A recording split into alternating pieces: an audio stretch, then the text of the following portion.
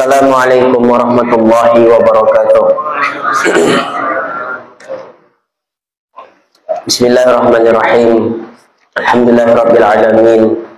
Allahumma shalli wa sallim wa barik ala sayyidina Muhammadin wa ala alihi wa ashabihi ajma'in. Subhanaka la ilma lana illa ma 'allamtana innaka antal alimul hakim. Rabbi shrah li sadri wa yassir li amri wahlul 'uqdatam min lisani yafqahu qawli. Allahumma rzuqna fahman nabiyyin wa hifdzal mursalin wa ilhamal malaikatil muqarrabin birahmatika ya arhamar rahimin wa la haula wa la quwwata illa billahil aliyil azim.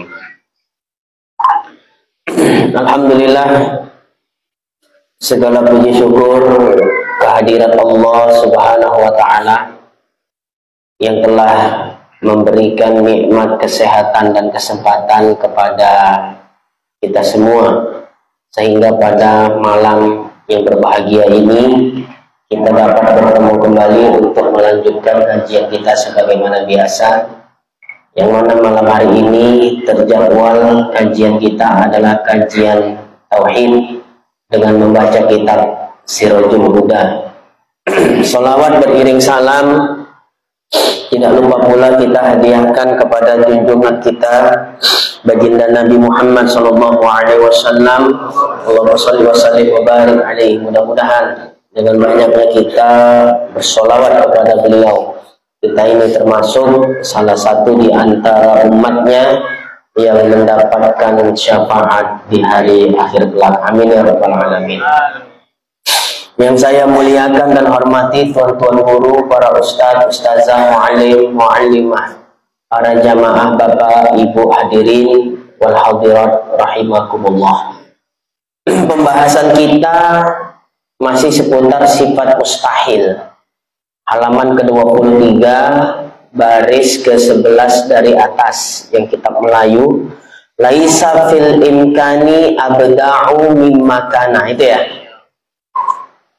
Bismillahirrahmanirrahim. Qala al-mu'allif rahimahullah wa nafa'ana bihi wa bi ulumihi fid dharaini amin ya mujibas sa'ilin.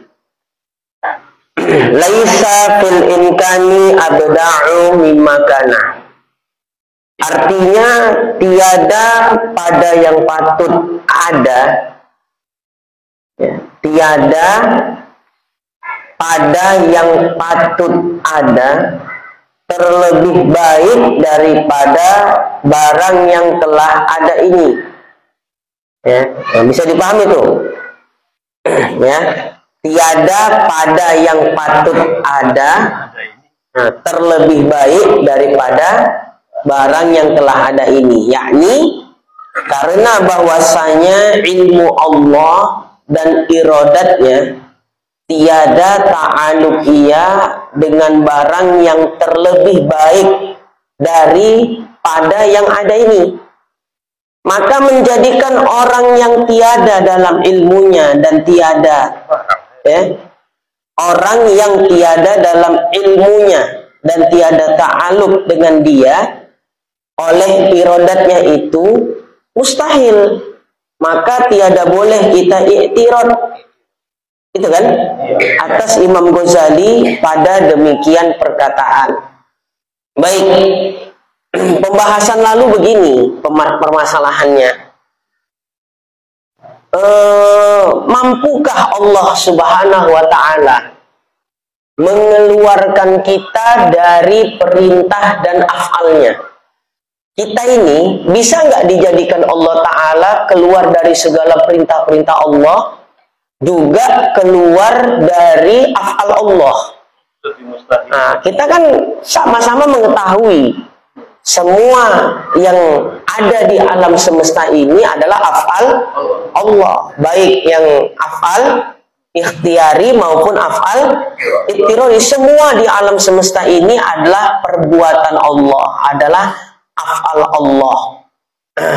Nah, maka kalau ada orang bertanya, kita ini bisa nggak keluar walaupun hanya sedetik atau sesaat saja dari afalnya Allah?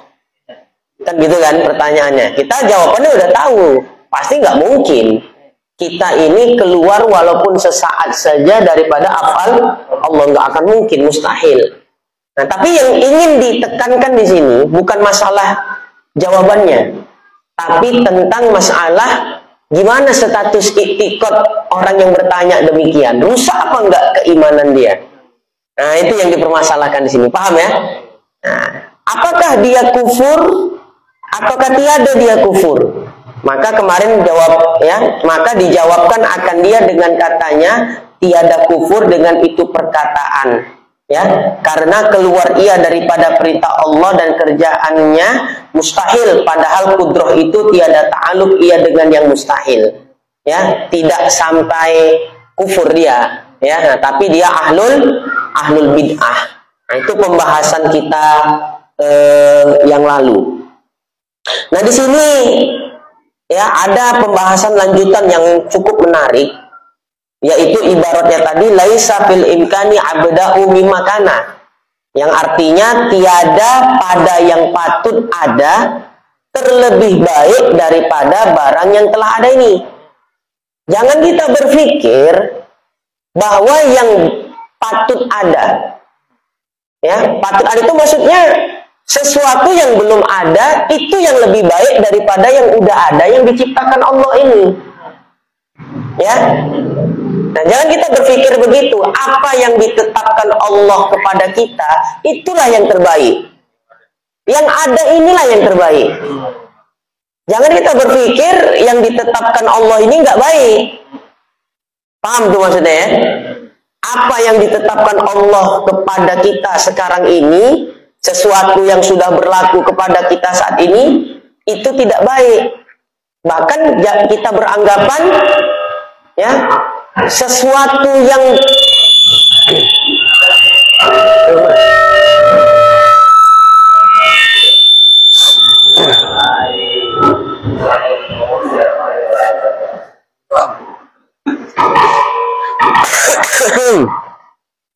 ngopi lah dulu. Bismillah.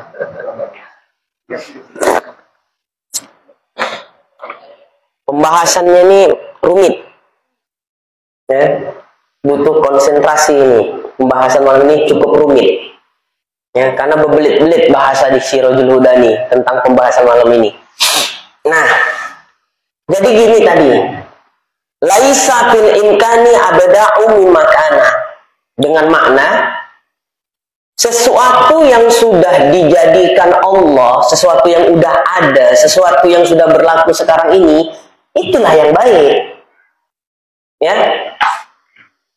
Yang kita andai-andaikan adanya itu, ya, itu belum tentu baik. Ngerti kan? Sederhananya sebetulnya maksudnya ini. Tapi bahasa di kitab Sirajul Huda ini berbelit-belit. Ya, makanya kita sering mendengar apa yang sudah ditetapkan Allah untuk kita pasti itu yang terbaik, bukan yang belum ada tuh yang terbenak di pikiran kita. Kalau begini, kenapa lah begini? Kita kan sering begitu. Yang begini yang sudah terjadi itu yang terbaik. Jadi kita nggak usah banyak berpikir kenapa begini. Ya, kalau begini kan begini, itu baik menurutnya kita, tapi belum tentu baik menurut Allah Subhanahu wa Ta'ala. Yang jelas yang tahu baik nggak baik itu siapa? Allah apa kita? Allah kan. Nah, jadi artinya sudahlah, apa yang berlaku sekarang yang sudah ditetapkan Allah untuk kita itu aja yang kita jalani. Yang udah ada aja jalanin. Ngapain yang belum ada dipikir-pikirkan? Ya, berapa duit di kantong? 200.000. Udah itu aja yang disyukuri. Ya. Andai kalau punya duit 500 miliar enak Ustaz ya, kita buat perpustakaan pribadi di Medang Deras. Ada yang diceritakan, yang ada aja tuh yang awak ceritakan. Paham maksudnya ya? Nah itulah laisa fil imkani abda'u mimma kana. Udah ya. Jadi yang sudah ada inilah yang baik, bukan yang patut adanya. Patut adanya itu sesuatu yang masih dalam benak kita. Ya, belum tentu itu baik. Sebetulnya kalau kita korelasikan, itu bahasanya ya, kita hubungkan ya dengan kajian tasawuf, semua hal yang ditetapkan Allah untuk kita tuh sebetulnya baik dia. yang menampakkan jadi tidak baik itu hawa nafsu kita. Itulah dia. Itu kalau kita kaitkan dengan apa? Kajian tasawuf. Makanya tauhid ini teori pengamalannya itu tasawuf. Maka mempunyai hati yang nerima, hati yang iskotu tadbir, ya, hati yang betul-betul menerima setiap ketetapan Allah itu sulit memang. Ya, kita bisa nerima ketetapan Allah tuh kalau memang cocok sesuai dengan hawa nafsu selera. Tapi berat dan sulit menerima satu kondisi yang tidak berkesesuaian dengan hawa nafsu. Betul apa enggak? Nah itulah namanya iskotut tadbir kalau dalam istilah tasawufnya. Jadi sebetulnya sekali lagi ya, semua ketetapan Allah yang udah ada, yang sudah berlaku, itulah yang baik. Tapi yang menampakkan dia menjadi tak baik tadi apa? Nafsu. Sakit. Nah, sakit ya. Tahu sakit?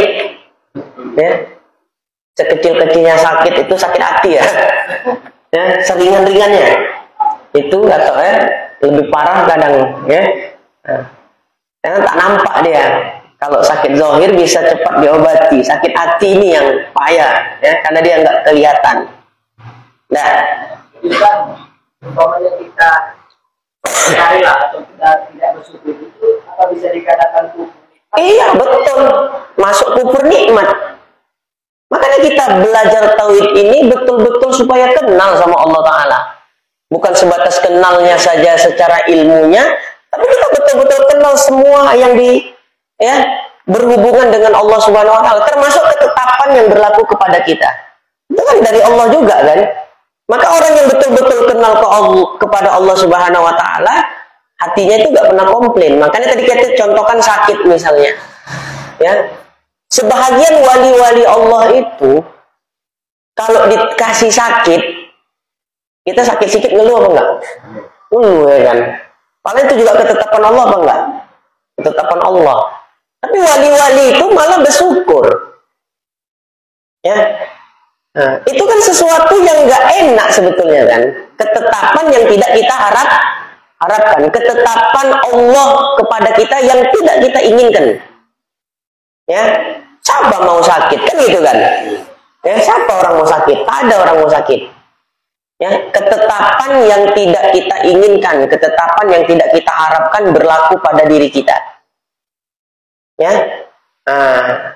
tadi hakikatnya apa? Segala sesuatu ketetapan yang udah ada itu hakikatnya adalah baik. Yang nampak menjadikan dia tak baik tadi adalah hawa nafsu. Itu tadi konsep dasarnya. Makanya wali-wali itu, ya, saya waktu baca itu riwayat tentang wali-wali yang ditimpa sakit-sakit itu parah, mereka bukan ngeluh atau apa, doanya kalau kita sakit doanya pasti minta sembuh, betul apa enggak? Wali-wali kalau sakit doanya lain, ya Allah, jangan sembuhkan sakit saya ya Allah, ya, kalau bisa sampai mati nggak apa-apa. Ada yang berani doa kayak gitu? Kan? Kenapa? Karena mereka memandang hakikat di balik rasa sakit yang mereka rasakan. Apa hakikat di balik rasa sakit yang mereka rasakan? Balasan berupa pahala yang sangat besar dari Allah Subhanahu Wa Ta'ala atas kesabaran dari kepahitan yang mereka rasakan ketika di dunia. Kalau kita kan yang kita fokus kita titiknya pasti di sakitnya aja. Paham ya maksudnya? Nggak pernah kita terbayang apa hakikat, apa hikmahnya Allah kasih kita sakit. Ternyata Allah mau kasih kita banyak pahala tanpa capek-capek ibadah. Cuma apa? Anda harus sabar. Nah, cuma kita tak sabar. Makanya sakitnya tak dapat pahala. Wah. Sakitnya iya, sembuh tidak, pahala tak dapat. Ya, saya katakan ini berat kajian malam ini nih. Ya.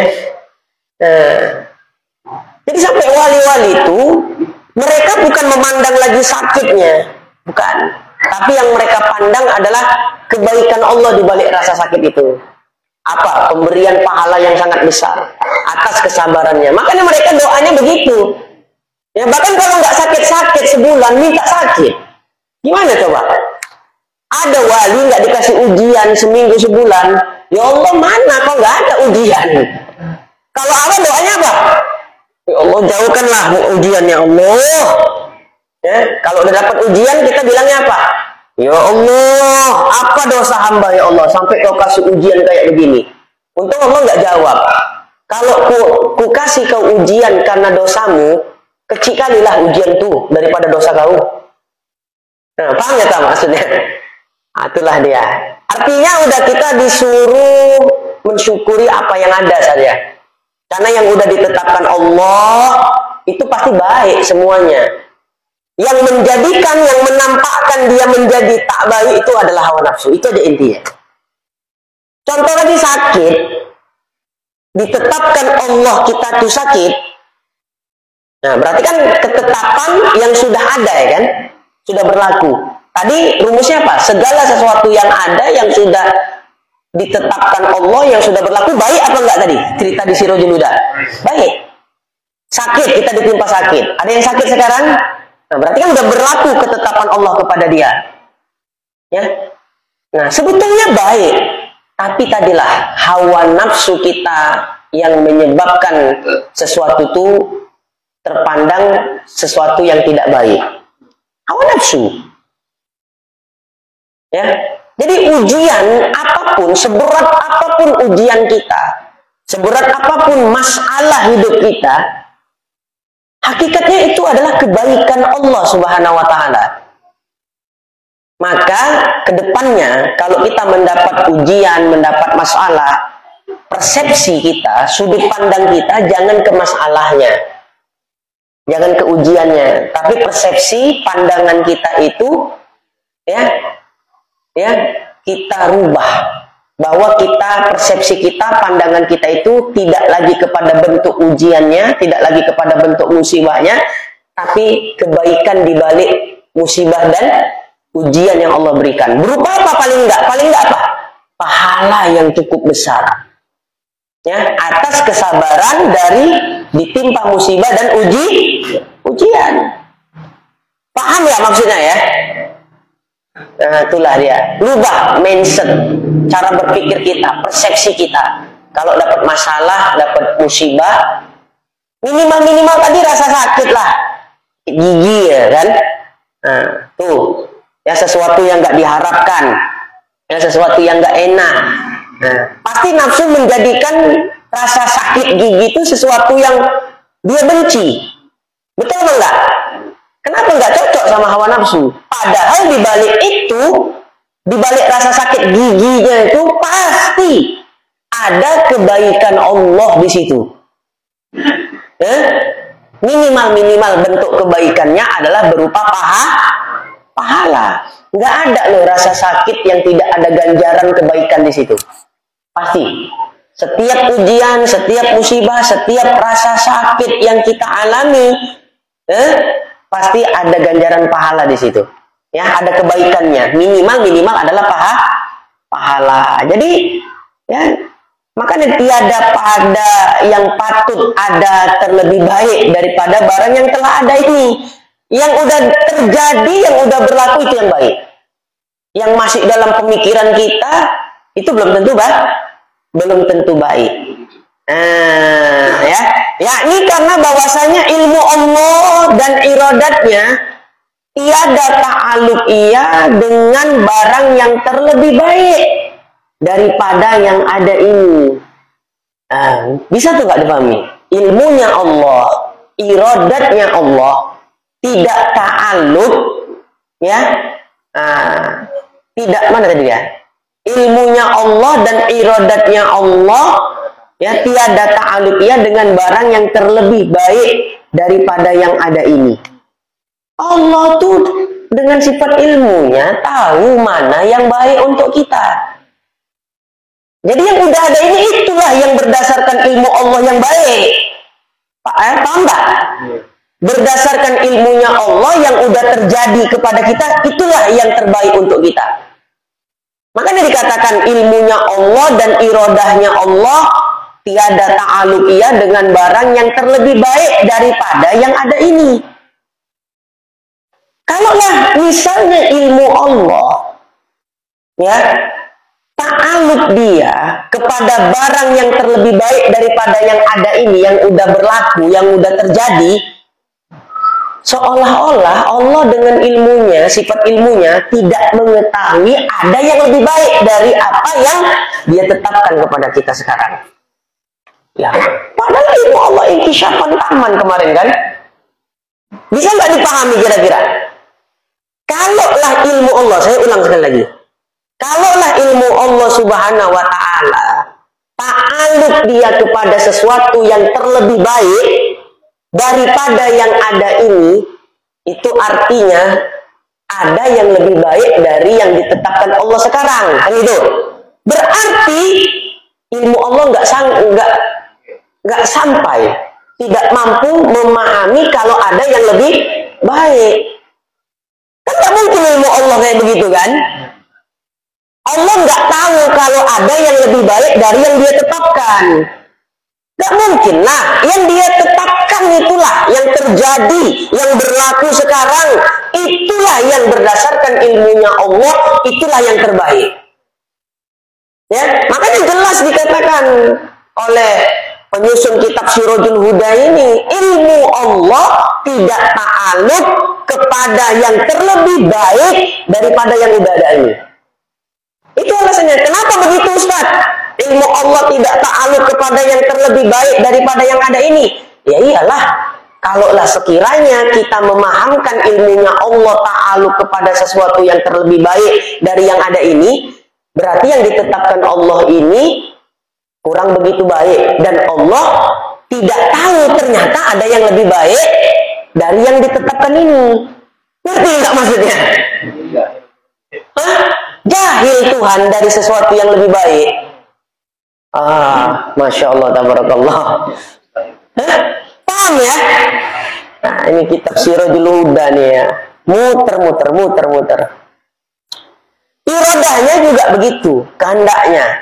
Yang ditetapkan sekarang, yang terjadi, yang berlaku saat ini kepada diri kita, itu kan sesuatu yang sudah dikehendakinya, betul apa enggak? Ya, bukan sesuatu yang, kalaulah memang yang terjadi sekarang ini tidak baik untuk kita, ya, berarti, ya, kalau dalam bahasanya Mu'tazilah, kemarin pernah saya jelaskan ada fi'lus sholah, ada fi'lul aslah. Masih ingat? Ya?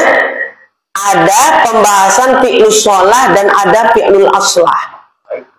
Yaitu apa? Allah wajib berbuat baik, bahkan yang lebih baik.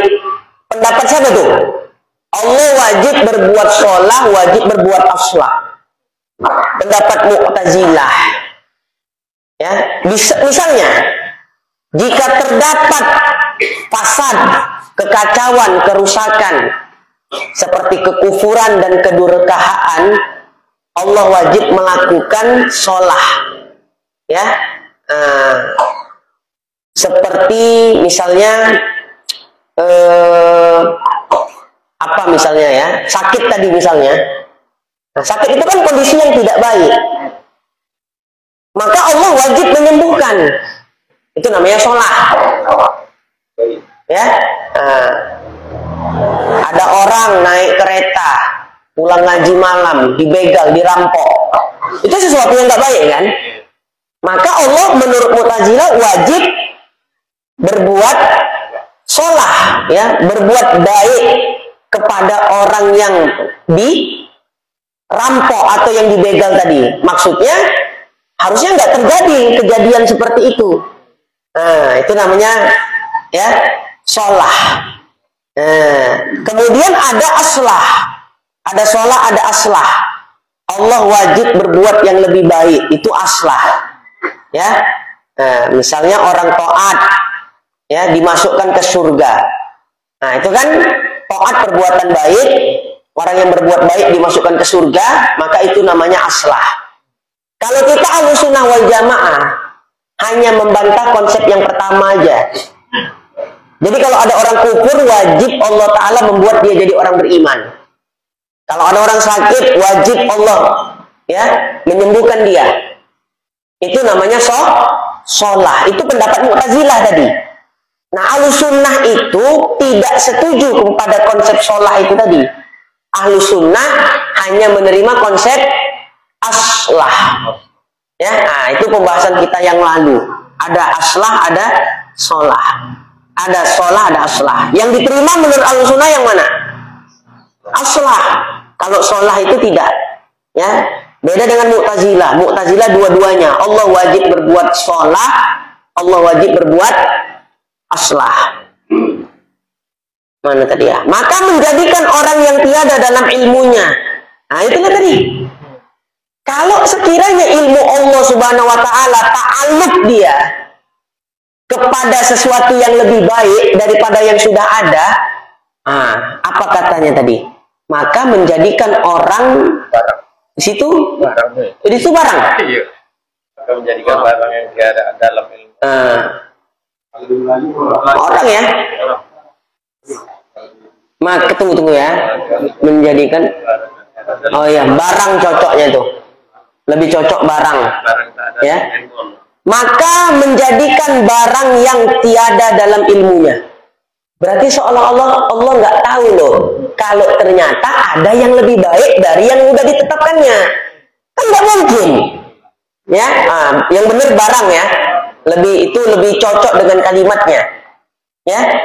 Jadi kalau sifat kalau ilmu Allah tadi ta'alluq dia, kan di sini dikatakan ilmu Allah tiada ta'alluq. Nah, tiada ta'alluq. Ilmu Allah tidak ta'alluq kepada sesuatu yang lebih baik daripada yang sudah ada. Ini konsep yang benar. Ini yang benar. Coba kita balik. Ya, kita balik. Seandainya lah ilmu Allah itu ta'alluq kepada yang lebih baik daripada yang sudah ada. Ini berarti yang salah kan? Kalau kita balik seperti itu, ilmu Allah ta'alluq kepada sesuatu yang lebih baik daripada yang sudah ada ini, berarti betul. Berarti menjadikan barang yang tiada dalam ilmunya. Seolah-olah Allah nggak tahu kalau ada yang lebih baik dari yang sudah ditetapkannya. Mungkin apa enggak tuh? Manalah pula ilmu awak yang kayak gitu. Ya, ilmu awak iya, ilmu Allah tak macam tuh. Bisa ditangkap enggak kira-kira? Udah intinya yang udah ditetapkan Allah, yang ada, yang sudah berlaku sekarang nih, itulah yang lebih baik. Ya, Allah yang tahu. Allah dengan sifat ilmunya tahulah. Pokoknya itulah yang lebih baik. Ya, tapi hati kita, nafsu kita menjadikan itu terkadang menjadi tidak baik. Nafsu, ya. Itulah dia. Ya Allah. Ustaz, adanya Fir'aun, adanya Musa, adanya Namrud, adanya Nabi Ibrahim, adanya Abu Jahal, adanya Muhammad, itu lebih baik. Ya, baik hakikatnya. Kenapa dijadikan ujian untuk orang beriman? Sampai adanya iblis ya kan, setan. Baik enggak? Tapi nanti ada apa irodah dengan amar itu kan nanti ada pembahasannya, nanti kita bahas kalau ada waktu nih. Ya, lebih dipertegas, lebih diperjelas. Ya. Jadi kalau nggak ada setan yang aja lah, wah.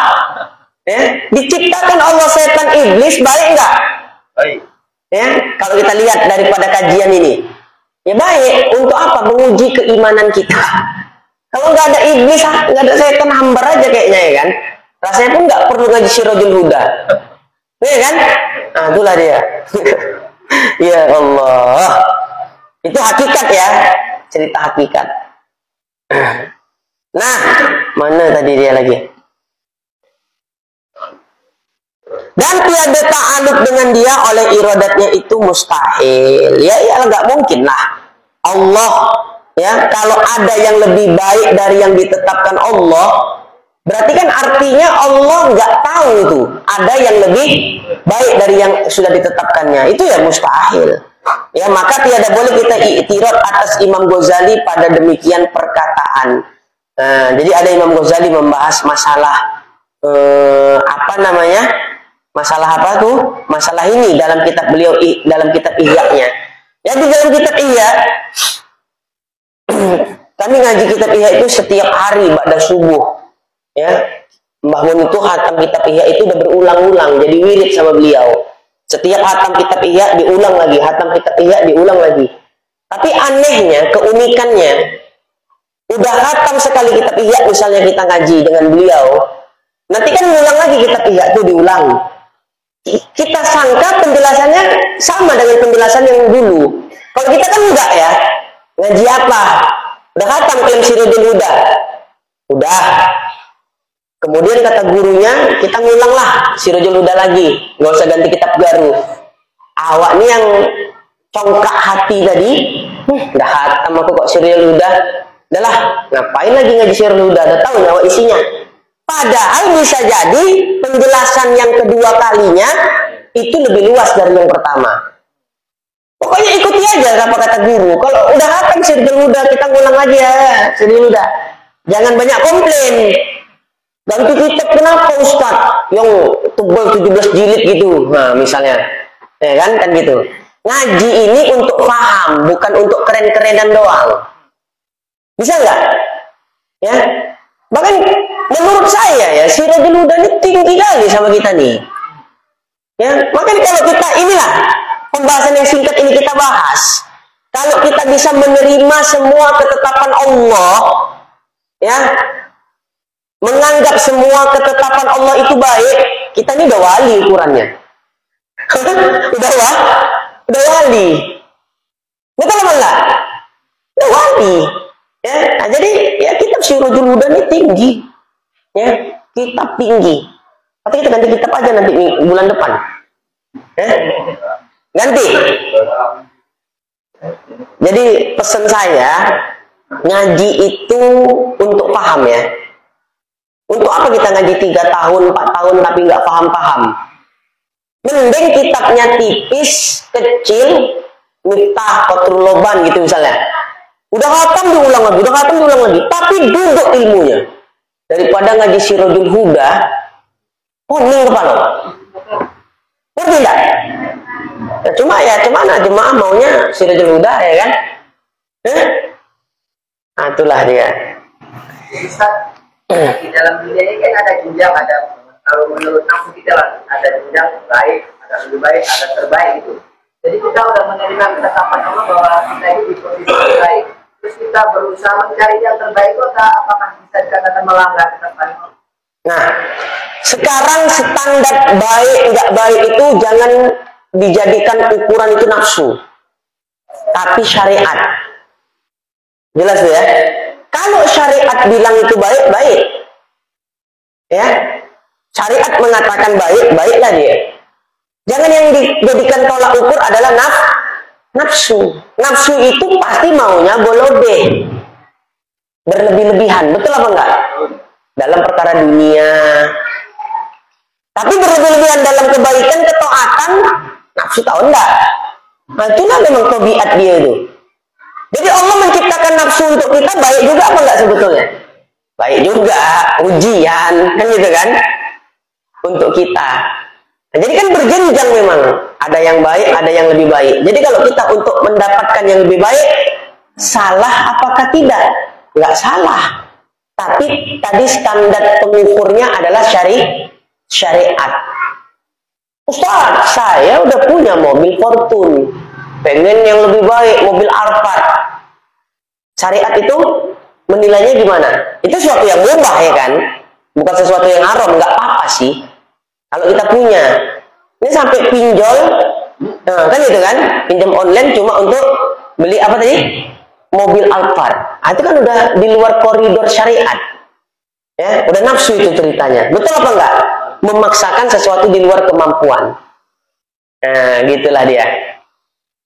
Bisa ya Pak Mul ya? Dicerna ya? Nah, baik. Nah, ini pokoknya kalau udah bisa kita amalkan jadi wali lah kita nih. Salah milih kitab kita nih. Ya Allah. Udah berapa tahun ya kita ngaji Sirajul Huda? Hah? 3 tahun dah? Ada? Ya? 3 tahun ngaji tapi kalau tak paham, sayang juga rasa waktu itu. Kitab tebel.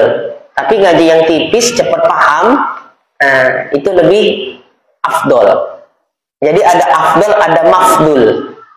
Mana yang lebih tinggi? Mafdul lebih tinggi dari afdol.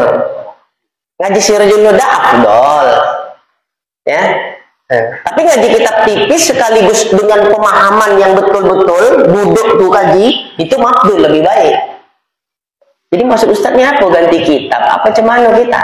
Nah, menyampaikan aja, ya. Ngaji itu yang penting fahamnya. Kadang ya kalau di Medan ini ngaji itu kayak bukan untuk cari pemahaman dan pengamalan, tapi sebatas kayak mau keren-kerenan aja gitu. Saya heran, ada misalnya saya heran betul lah, masih muda kok berani ngajar hikam. Untuk apa? Ngaji kitab hikam itu. Itu kalau di Jawa kitab sakral tuh. Ya, syarah hikam tuh ya. Kalau di Medan yang cocok ngajar kan Ustaz Hafiz Yazid, itu cocok. Kayak saya nih, saya bisa baca hikam. Menjelaskan bisa. Kan gitu kan? Tapi belum ini loh apa namanya? Belum tahapnya. Tapi ya karena itu kitab keren, kalau seorang ustadz muda kayak saya ngajar hikam kan langsung wah, itu ajib tuh Ustadz Sumitra masih muda bisa ngajar hikam. Tapi tak teramalkan untuk apa, Wak? Bagus ngaji kitab Bidayatul Hidayah Arab Melayu, ada masuk kamar mandi, ada tidur. Kitab Minal Adabun Nabawi Syekh Soleh itu kan? Itu aja Wak ajarkan. Pakai baju adabnya kayak mana? Cerita makom, cerita jauh, kencing aja masih berdiri. Hah? Ya kan? Ya? Nanti nengok orang bawa Alphard, hati kepengen. Kapan punya mobil kayak gitu? Hah? Udahlah. Ya? Ngaji itu bukan untuk gaya-gayaan ya.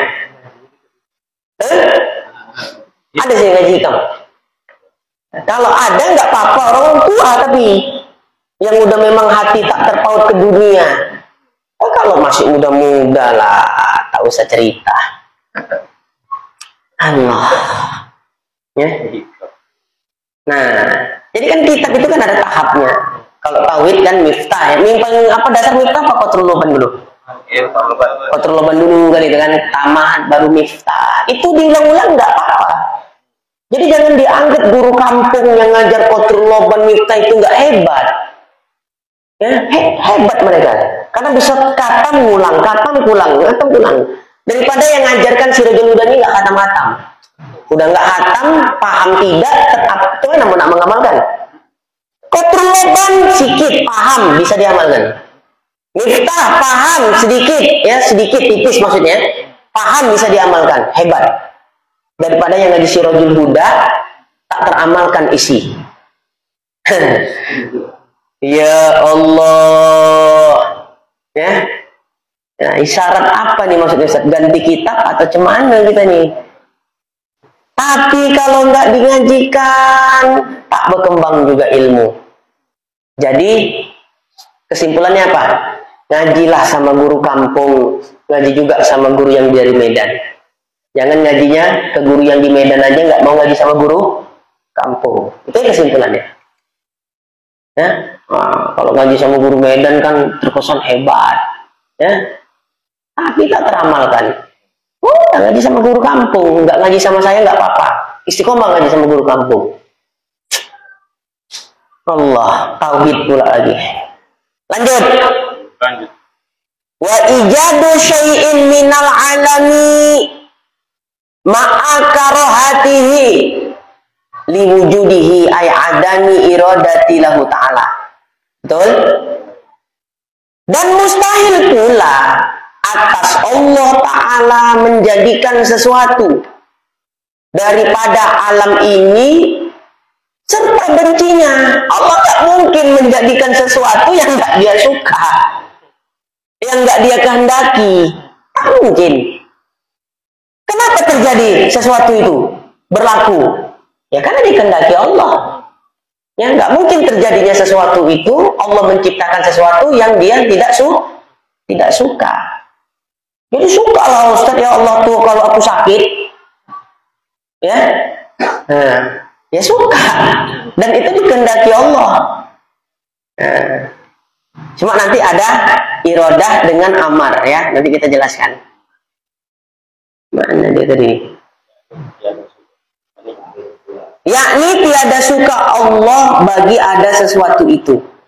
Ya, itu mustahil. Jadi Allah menetapkan sesuatu, apa yang udah ada sekarang, apa yang udah terjadi kepada kita sekarang, ya, itulah yang dikehendaki Allah. Karena Allah nggak akan menjadikan sesuatu yang tidak Dia kehendaki.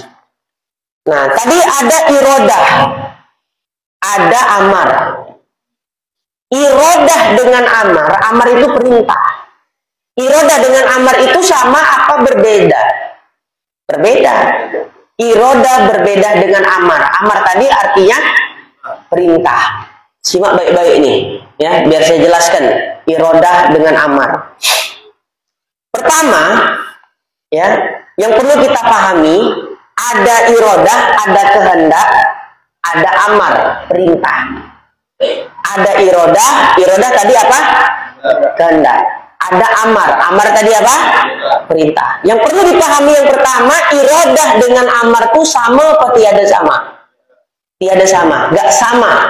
Berbeda antara irodah, kehendak, ya, dengan amar, yaitu perintah. Kehendak dengan perintah tak sama. Irodah dengan amar itu tak sama. Maka rinciannya begini. Yang pertama, terkadang Allah menghendaki sesuatu, tetapi Allah tidak memerintahkannya. Saya ulangi, terkadang Allah memerintahkan sesuatu, tapi terkadang Allah menghendaki sesuatu, tapi Allah tidak memerintahkannya. Ini yang pertama dulu. Allah menghendaki itu terjadi, walaupun yang terjadi itu tidak diperintahkan Allah. Cuman maksudnya, misalnya kafirnya orang, ya, yang telah diketahui Allah tentang ketiadaan iman padanya, seperti kafirnya Abu Jahal. Allah dengan sifat ilmunya tahu nggak kalau Abu Jahal itu nanti bakal kafir? Tahu kan? Bahkan sebelum Allah menciptakan Abu Jahal. Yang pertama tadi apa? Allah menghendaki sesuatu tapi tidak memerintahkannya. Jadi kekafiran Abu Jahal itu dikehendaki Allah apa tidak? Dikehendaki Allah, karena nggak mungkin terjadi itu kalau tidak atas kehendak Allah. Walaupun kekafiran itu tidak diperintahkan, yang diperintahkan sebaliknya iman. Ya, tapi itu kan ya perbedaan antara irodah dengan amar. Jadi terkadang seperti itu, Allah menghendaki sesuatu, tapi Allah tidak memerintahkannya. Allah tidak pernah memerintahkan kekufuran. Tapi yang diperintahkan Allah adalah keimanan. Ya, yang kafir diperintahkan Allah untuk beriman.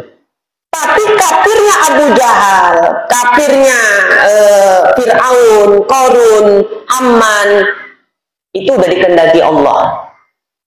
Ya, berarti kita Islam itu dikehendaki Allah apa enggak? Ya, dikehendaki Allah. Kekafiran Abu Jahal masuk poin yang pertama tadi nih. Dikehendaki Allah tapi tidak diperintahkan. Maksudnya Allah nggak pernah memerintahkan kepada kekufuran. Jadi jangan berpikir seperti Mu'tazilah. Apa pemikiran Mu'tazilah? Ya, misalnya karena Allah menghendaki kekufuran kepada Abu Jahal, berarti Allah juga memerintahkan itu. Ya bahayalah. Masa kita diperintahkan untuk kufur, kan nggak mungkin. Nah, apa? Nah, satu makna. Ya, tidak begitu, jangan begitu maksudnya. Nah, itu poin yang pertama. Ya. Kemudian yang kedua, terkadang kebalikannya. Kalau tadi Allah menghendaki sesuatu tapi tidak memerintahkan. Poin yang kedua, Allah memerintahkan sesuatu tapi tidak menghendakinya. Allah memerintahkan sesuatu tapi tidak menghendakinya. Ya. Nah, seperti apa? Imannya Abu Jahal, kebalikan. Ya. Abu Jahal diperintahkan nggak dia beriman? Makanya Nabi bolak-balik kan mendakwahi siapa? Abu Jahal, Abu Lahab. Tapi memang nggak dikehendaki Allah mereka jadi orang beriman. Poin yang kedua, kebalikan dari yang pertama. Yang pertama tadi apa? Sesuatu yang dikehendaki Allah tapi tidak diperintahkannya. Ya, sesuatu yang dikehendaki Allah tapi tidak diperintahkan. Seperti apa? Kekafirannya Abu Jahal.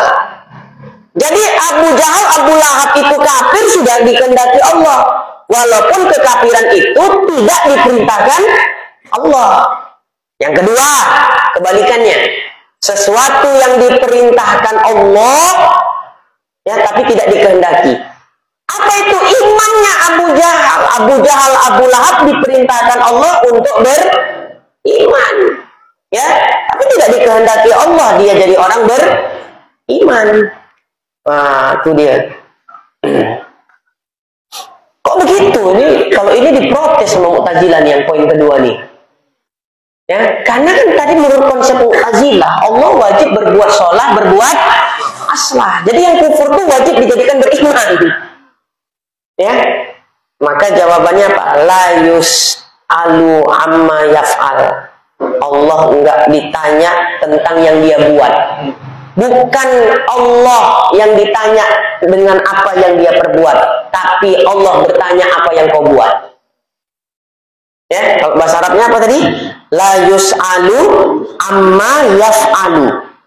Ya, Allah tidak ditanya sesuatu yang dia perbuat, tapi yang ditanya dia adalah apa yang kau buat. Kenapa Allah buat kayak gini? Apa urusan kau? Kenapa Allah jadikan Abu Jahal berkufur ya Ustaz? Ya, kenapa? Ya, Allah jadikan Abu Jahal, Abu Lahab kufur kafir ya Ustaz? Padahal kan itu salah satunya paman Nabi, kan gitu kan? Paman Nabi. Allah nggak ditanya dengan apa yang dia perbuat, tapi dia nanti yang nanya dengan apa yang kau buat. Gak usah kau urus-urus akal Allah. Ya, perbuatan kau aja urus. Itulah dia. Nah, jadi dari sini kita diajarin jangan ngurusin urusan orang. Urusan Allah aja, udah sudah.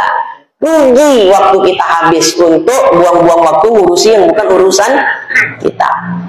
Nah, itu yang keberapa tadi itu? Dua ya. Yang ketiga, Allah menghendaki dan memerintahkan. Ya. Seperti apa contohnya? Imannya orang yang telah diketahui Allah tentang keimanannya. Abu Bakar itu beriman apa tidak? Allah tahu nggak kalau Abu Bakar itu bakal beriman? Tahu kan? Bahkan sebelum Allah menciptakan Abu Bakar. Maka keimanannya Abu Bakar itu dikehendaki Allah dan memang diperintahkan Allah. Ya, nah, udah paham tuh ya? Keimanan kita beriman nggak sekarang? Beriman. Keimanan kita dikehendaki Allah nggak? Ya, dikehendaki Allah. Kalau kita tidak dikehendaki Allah, keimanan kita berarti kita kufur. Buktinya kita sekarang beriman. Nah, berarti iman kita dikehendaki. Berimannya kita sekarang berarti itu dikehendaki Allah. Dan memang juga kita diperintahkan untuk beriman. Jadi terkadang Allah menghendaki sesuatu juga memerintahkannya. Ini yang poin yang ketiga. Poin yang keempat, Allah tidak menghendaki. Terkadang Allah tidak menghendaki sesuatu dan terkadang juga tidak memerintahkan sesuatu. Ya, seperti apa? Kafirnya Abu Bakar. Kafirnya Abu Bakar dikehendaki Allah atau tidak? Tidak, karena dia kan beriman. Dan diperintahkan Allah tidak Abu Bakar kafir? Tidak juga. Jadi inilah 4 poin perbedaan antara iradah dengan amar. Jadi tinggal kita kembalikan sesuatunya. Ini yang dikehendaki Allah itu yang mana? Yang terjadi itulah yang dikehendaki Allah. Itu aja dia. Intinya ke situ ya. Apa yang terjadi yang berlaku berarti itu yang sudah dikehendaki. Karena jelas dari kitab Sirajul Huda ini tadi, Allah mustahil menjadikan sesuatu dari alam ini serta bencinya dia. Mustahil Allah menjadikan atau menetapkan sesuatu yang terjadi di alam ini, tapi Allah tidak menghendaki sesuatu itu, nggak akan mungkin. Ya, Ujian yang Allah berikan ke kita, musibah yang Allah berikan ke kita, masalah yang Allah berikan ke kita, itu memang sudah dikehendaki Allah. Ya, siapa yang berlaku? Allah. Kehendak kita atau kehendak Allah? Ya kehendak Allah. Sudah kan? Nah, jadi nanti gini ya, kalau dapat ujian, dapat masalah, dapat musibah, balikkan ke situ. Ini udah dikehendaki Allah, udah. Tenang hati dah. Hatinya jadi tenang. Walaupun nafsu memandangnya pahit. Ya udah kehendaki Allah dapat istri yang cerewet ya. Sudah dikehendaki Allah. Ya.